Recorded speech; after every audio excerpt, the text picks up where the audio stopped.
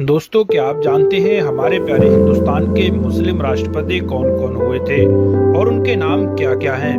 Doctor APJ Abdul Kalam को तो आप सब जानते ही होंगे, लेकिन उनके अलावा और कौन कौन राष्ट्रपति बने थे शायद उनके बारे में आपको मालूम नहीं होगा।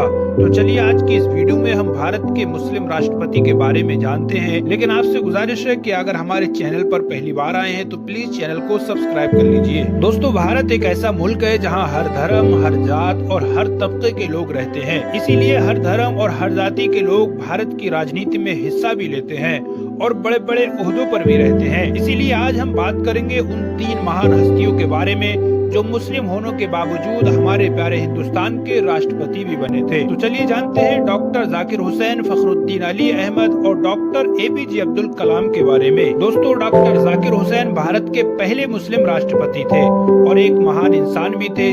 उनका जन्म 8 फरवरी 1997 को हैदराबाद में हुआ।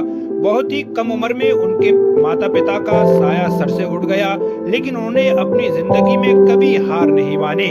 उन्होंने सबसे पहले अलीगढ़ मुस्लिम यूनिवर्सिटी से पढ़ाई की, फिर उसके बाद जर्मनी की यूनिवर्सिटी में डॉक्टर ऑफ इकोनॉमिक्स की डिग्री भी हासिल की। इसके अलावा वो जामिया मिल्लिया इस्लामिया यूनिवर्सिटी के बनाने वालों में भी शामिल रहे थे और बाद में उसके वाइस चांसलर भी बन गए थे। डॉक्टर जाकिर हुसैन 1957 में भारत के उपराष्ट्रपति बने और उसके बाद 1967 में भारत के सबसे पहले मुस्लिम राष्ट्रपति भी बने थे। लेकिन अफसोस 1969 में उनके कार्यकाल के दौरान ही उनका इंतकाल हो गया था। दोस्तों, डॉक्टर जाकिर हुसैन साहब भारत के वो पहले राष्ट्रपति थे जिनकी मौत पद के दौरान ही हुई थी। इनके बाद अगला नाम आता है जनाब फखरुद्दीन अली अहमद साहब का। दोस्तों, जनाब फखरुद्दीन अली अहमद साहब भारत के दूसरे मुस्लिम राष्ट्रपति बने थे। उनका जन्म 13 मई 1905 को दिल्ली में हुआ था। आपने इंग्लैंड की कैम्ब्रिज यूनिवर्सिटी से इनर किया और लंदन से लॉ की डिग्री भी हासिल की। आप भारत के प्रधानमंत्री जवाहरलाल नेहरू के बहुत करीबी दोस्तों में से थे।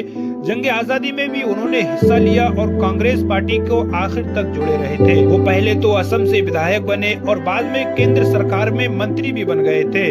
1974 में वो भारत के 5वें राष्ट्रपति बने, लेकिन उनका कार्यकाल बेहद मुखालिफत रहा क्योंकि इमरजेंसी के दौरान इन्होंने प्रधानमंत्री इंदिरा गांधी के सारे फैसलों पर बिना सवाल किए साइन कर दिए थे। 11 फरवरी 1977 को कार्यकाल के दौरान ही दिल का दौरा पड़ने की वजह से उनकी मौत हो गई थी। दोस्तों, हमारी लिस्ट में अगला नाम आता है महान शख्सियत का, जिसको सारी दुनिया डॉक्टर एपीजे अब्दुल कलाम के नाम से जानती है और ये एक ऐसा नाम है जो हर भारतीय के दिल में बसता है। डॉक्टर एपीजे अब्दुल कलाम का पूरा नाम अबुल पाकिर जैनुल आबिदीन अब्दुल कलाम था और आपको पूरी दुनिया मिसाइल मैन के नाम से भी जानती है। डॉक्टर एपीजे अब्दुल कलाम 15 अक्टूबर 1931 को तमिलनाडु के एक बेहद गरीब परिवार में पैदा हुए थे। पिता का इंतकाल हो जाने के बाद अखबार बेचकर अपने स्कूल की फीस जमा किया करते थे। डॉक्टर एपीजे अब्दुल कलाम साहब ने कड़ी मेहनत और लगन से भारतीय स्पेस और डिफेंस को नई ऊंचाइयों तक पहुंचाया।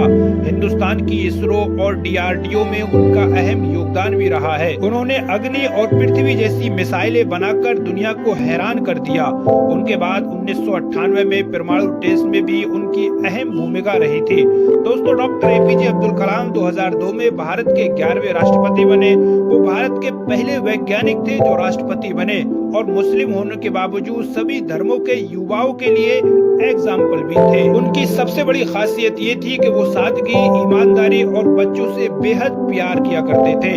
लेकिन अफसोस 2015 में एक लेक्चर देने के दौरान ही उनका इंतकाल हो गया। दोस्तों, इन तीनों हस्तियों ने साबित कर दिया कि भारत में मजहब से ज्यादा वतन से मोहब्बत मायने रखती है। ये तीनों शख्सियतें सिर्फ मुसलमानों का फख्र नहीं थे बल्कि पूरे भारत का फख्र थे। अगर आपको इनका जीवन अच्छा लगा हो तो इस वीडियो को लाइक करें, शेयर करें और चैनल को सब्सक्राइब करना ना भूलें।